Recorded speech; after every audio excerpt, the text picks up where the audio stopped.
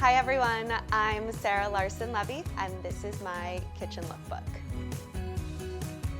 I always love to start my mornings with a workout. I know that if I don't get it done first thing in the morning, I will never get it done. Bananas are really amazing to just grab on the go or cut up and put into smoothies or on top of oatmeal. One of my favorite things to do with oatmeal is make overnight oats. I prep them at the beginning of the week so I can take it on the go. I make it with Lactaid, which is 100% real milk, just without the lactose, which allows me to enjoy it without worrying about any sensitivity.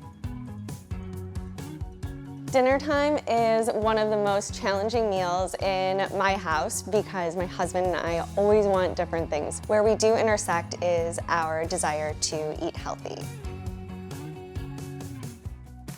Lemons are something that I always keep in the house. They are amazing to use in salad dressings, as a marinade. Something I do all the time is actually make homemade hummus. Another thing aside from lemons that I always keep around are hemp hearts. They are packed full of protein and add an amazing crunch to salads or vegetables.